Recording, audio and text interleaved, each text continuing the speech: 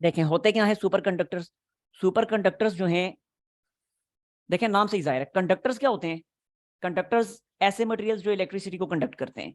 Detail से अभी भी हमने देख लिया कि जिनका बैंड थ्योरी की टर्म में, उसकी टर्म में डिफाइन नहीं कर रहा। कंडक्शन बैंड जो है वो उसमें काफी इलेक्ट्रॉन होते हैं वगैरह वगैरह जो भी है। तो सिंपल इज दैट के conductors are those material which conduct electricity. अब जब सुपर कंडक्टर है तो नाम से ही जाहिर है कि ये नॉर्मल कंडक्टर जो है ये उससे ऊपर की कोई चीज है। तो होगा क्या सुपर कंडक्टर।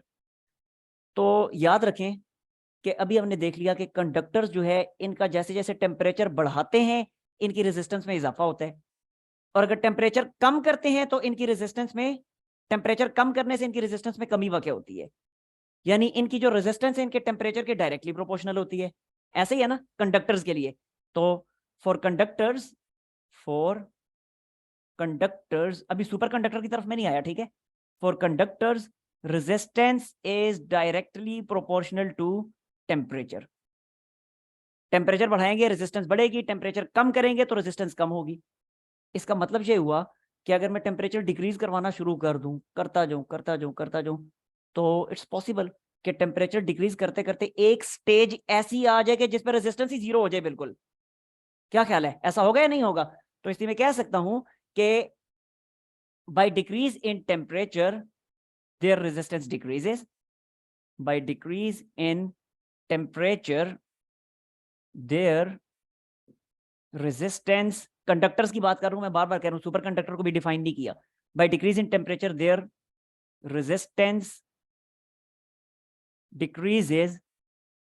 तो इसका मतलब टेम्परेचर कम करते करते एक पर्टिकुलर टेम्परेचर आएगा, तो at particular temperature, at particular temperature called critical temperature, उस टेम्परेचर को क्रिटिकल टेम्परेचर कहा जाएगा, called critical temperature their resistance become zero, their resistance becomes zero. एक ऐसा टेम्परेचर आएगा जिस टेम्परेचर को हम क्रिटिकल टेम्परेचर का नाम दे रहे हैं, और उसको डिनोट किया जाएगा टीसी से। इधर लिख देता हूं मैं भी कि एक ऐसा टेम्परेचर आएगा जिसको हम क्रिटिकल टेम्परेचर कहेंगे, और उस क्रिटिकल टेम्परेचर पे इसकी रेजिस्टेंस जीरो हो जाएगी।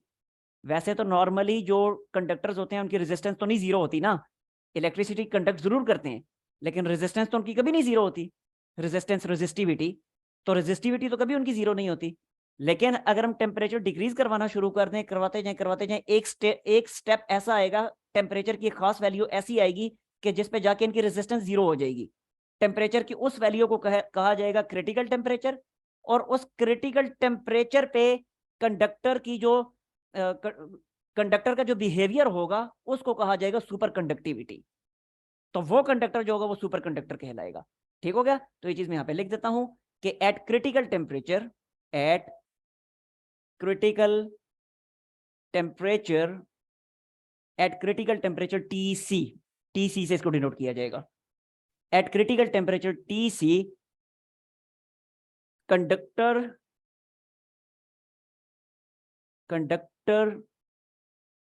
will be called superconductor, called super conductor. अब उसको सुपर कंडक्टर कहा जाएगा क्योंकि उसकी रेजिस्टेंस जीरो हो चुकी है।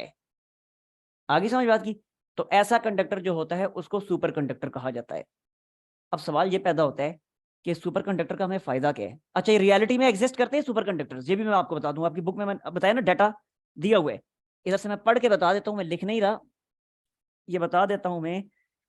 ये फर्स्ट टाइम जो सुपर कंडक्टर डिस्कवर हुआ था 1911 में, 1911 में डिस्कवर हुआ था, और ये ऑब्जर्व किया गया। साइंटिस्ट का नाम इतना मुश्किल से मुझसे तो नहीं पढ़ा जा रहा, पता नहीं क्या नाम है, जो भी है। तो उस साइंटिस्ट ने 1911 में ये चीज ऑब्जर्व की थी कि मरकरी जो है, मरकरी 4.2 केल्विन पे, बहुत कम टेम्परेचर है, 4.2 केल्विन पे मरकरी जो है अपनी रेजिस्टेंस, सारी की सारी रेजिस्टेंस लूज कर देते हैं। सारी रेजिस्टेंस लूज कर दी, जीरो रेजिस्टेंस होगी, लिहाजा वो सुपर कंडक्टर बन चुके हैं। उसके बाद फिर फर्दर देखेंगे, एल्यूमिनियम के बारे में देखा गया। एल्यूमिनियम 1.18 केल्विन पे, बहुत कम टेम्परेचर, इस पे सुपर कंडक्टर बनता है। इसी तरह टिन 3.72 केल्विन पे सुपर कंडक्टर बनता है। लेड 7.2 केल्विन पे सुपर कंडक्टर बनता है। फिर उसके बाद लेकिन हमें तो सुपर कंडक्टर्स किस तरह के चाहिए थे? हमें सुपर कंडक्टर्स चाहिए जो हमारे रूम टेम्परेचर पे सुपर कंडक्टर्स हों। अभी तक रूम टेम्परेचर पे तो कोई सुपर कंडक्टर मिला नहीं है, अलबत्ता हाई टेम्परेचर सुपर कंडक्टर उसके बाद मजीद मिले हैं। एक और है, कौन सा है ये सिरामिक मटेरियल्स की कोई क्लास है, नाम नहीं उसका लिखा हुआ मटेरियल का, जस्ट इतना लिखा है, a new class of ceramic material was discovered that become super conductor at temperature 125 kelvin. है तो ये भी बहुत कम टेम्परेचर है, लेकिन ज़ाहिर 4 केल्विन के मुकाबले में 125 केल्विन बहुत ज़्यादा टेम्परेचर है। फिर अभी तक जो हाईएस्ट टेम्परेचर पे जो सुपर कंडक्टर हमें मिला है हाईएस्ट टेम्परेचर पे, उसका नाम है, काफी मुश्किल सा नाम है, yttrium barium copper oxide.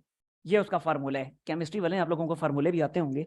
Yttrium barium copper oxide YaBa2CU3O7, yttrium barium copper oxide. ये कितने टेम्परेचर पे जाके सुपर कंडक्टर बनता है? ये बनता है 163 केल्विन पे। ठीक है, ये बनता है 163 केल्विन पे, या अगर डिग्री में करें तो -110 डिग्री सेंटीग्रेड पे ये सुपर कंडक्टर बनता है, बिकम्स सुपर कंडक्टर। मतलब ये कि इसके क्रिटिकल टेम्परेचर की वैल्यू है -110 डिग्री या 163 केल्विन। तो 163 केल्विन पे जाके ये सुपर कंडक्टर बन रहा है। और अभी तक ये जो है ना हाईएस्ट टेम्परेचर पे जो हमें सुपर कंडक्टर मिला है वो यही वाला मिला है। ठीक हो गया? अच्छा, ये तो हमें पता चल गया कि सुपर कंडक्टर कहते हैं किसको है।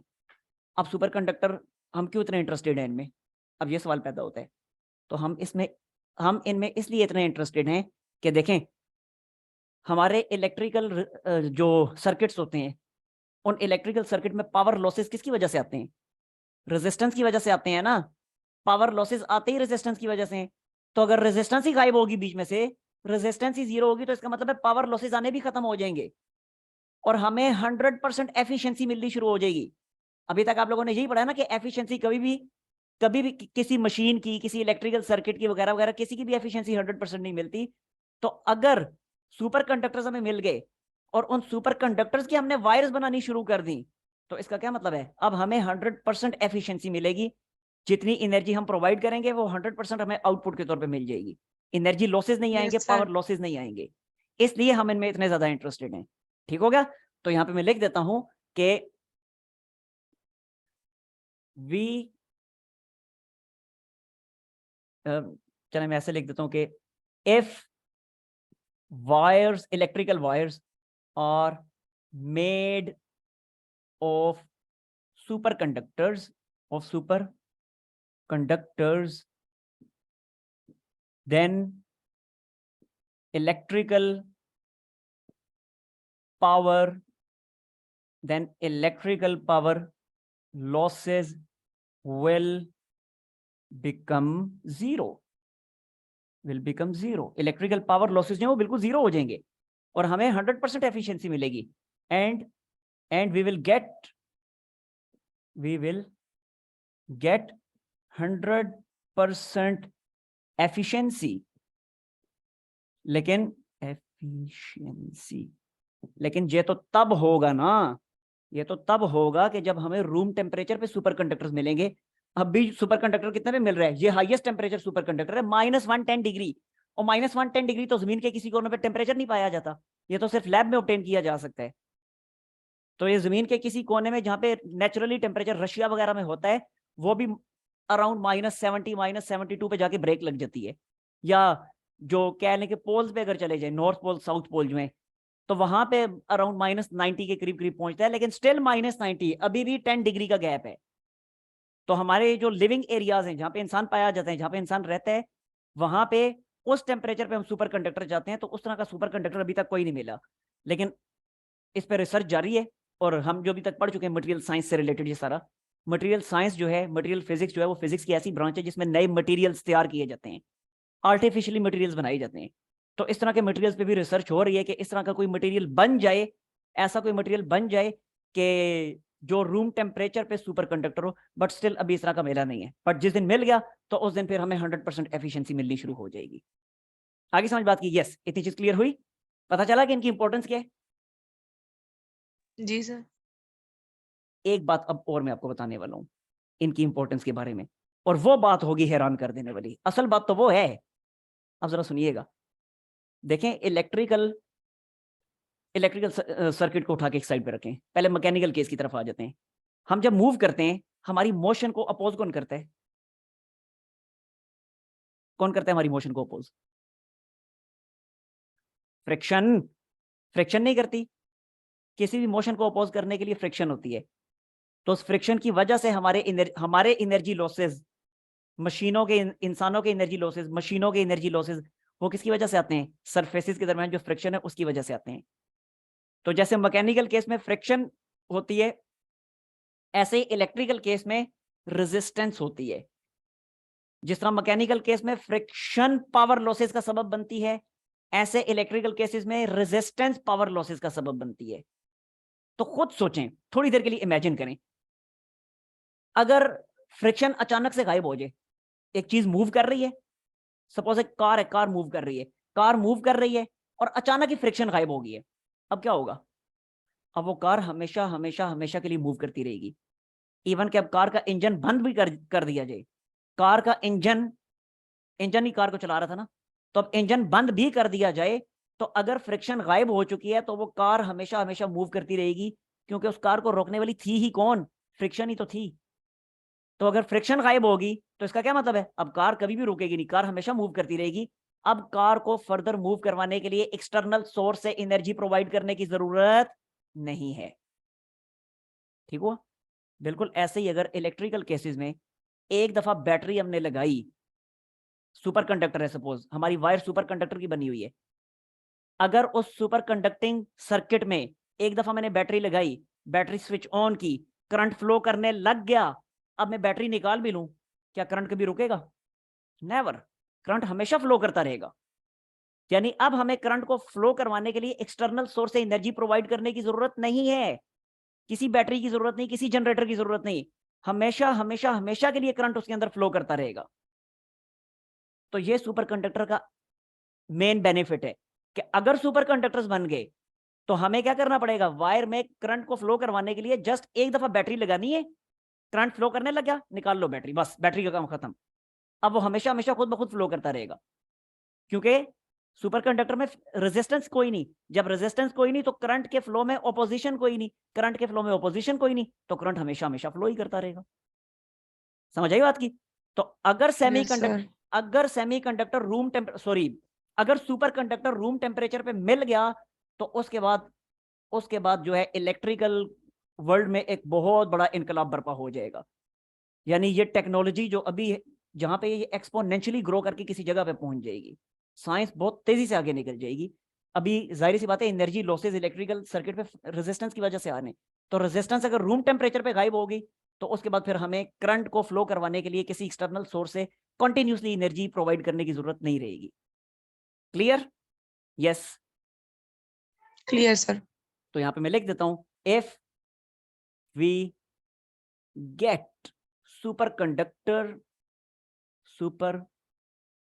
कंडक्टर या छोड़े, रूम टेम्परेचर को डिस्कस करने के बाद खुद ही आपको समझ आ जाएगा। जस्ट मैं इतना लिख देता हूं कि if circuit is made with superconducting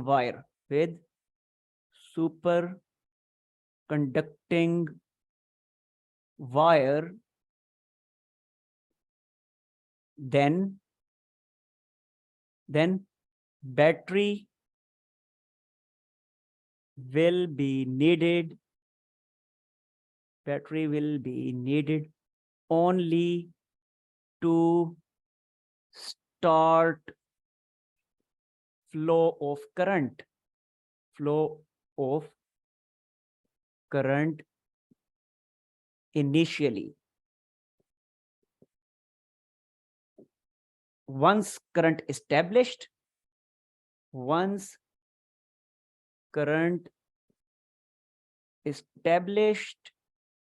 तो अब क्या होगा? वंस करंट एस्टेब्लिश, नीचे मैं लिख देता हूं, इधर मैं आ जाता हूं। वंस करंट एस्टेब्लिश, यहां से इस तरफ मैं आ रहा हूं, ठीक है, देख लीजिएगा। वंस करंट एस्टेब्लिश्ड, तो अब क्या होगा? It will it will continue to flow forever.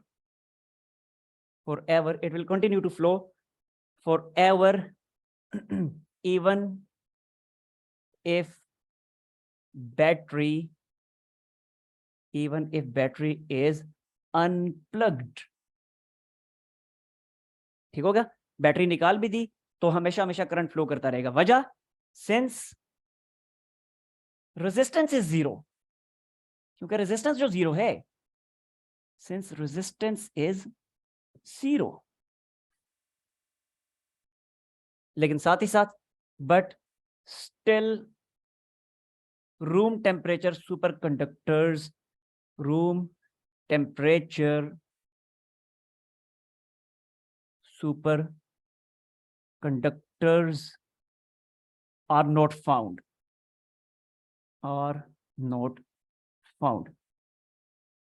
Research is in progress. Research अभी जारी है. Sir Yes.